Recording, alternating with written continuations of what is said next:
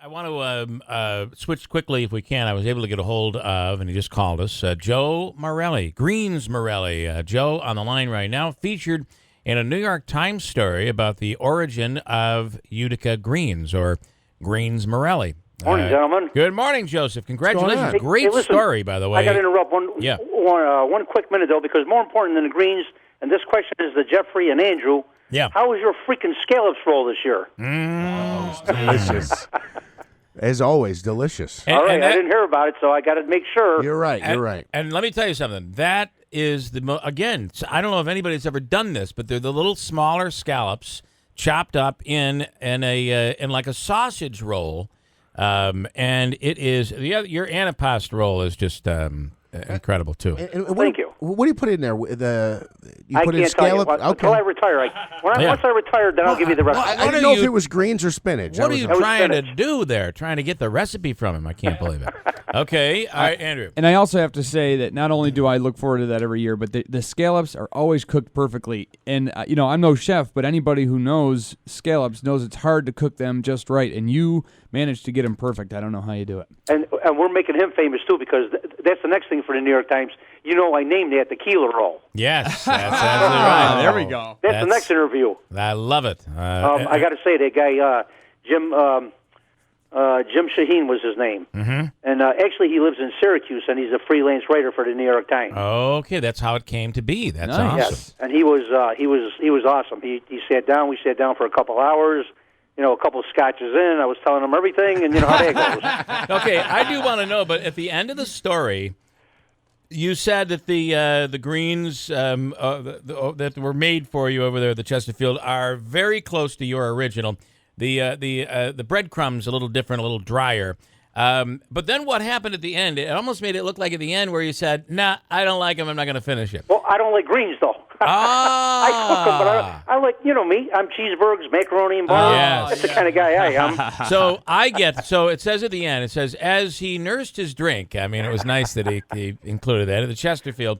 Mr. Morelle asked to try the restaurant's version. He took a bite, then another.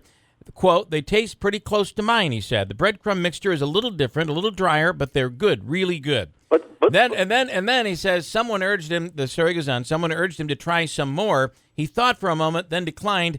"I don't like them," he said. "I don't eat them." Well, don't forget, I don't even like my own. So that's what he's saying, is that I get it now, that you don't like greens Morelle. Well, as far as greens go, I love greens with salt, pepper, garlic, and oil, and that's it. And I always have.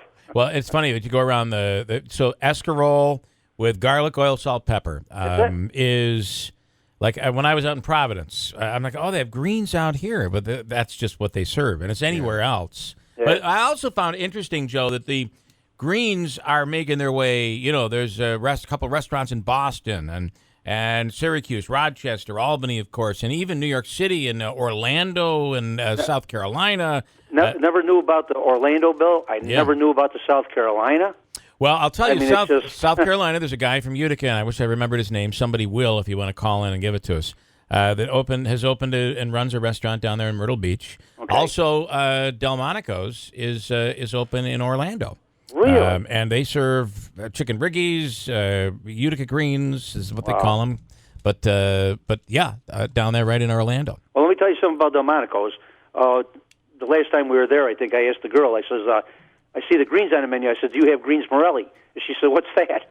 So it's like, Wow. Well, there goes your we never forget. Yeah. She was a young girl. She would have no idea. Yeah. Well, listen, it's embossed into the New York Times now, so it's part of history. Not that it wasn't before, but great story though. And Sal, it seemed I like seeing the two of you back in the same kitchen. Well, that's what I wanted to do. Also, I was talking to you. I want to give him a shout out because what he did and how he's always handled this is absolutely phenomenal.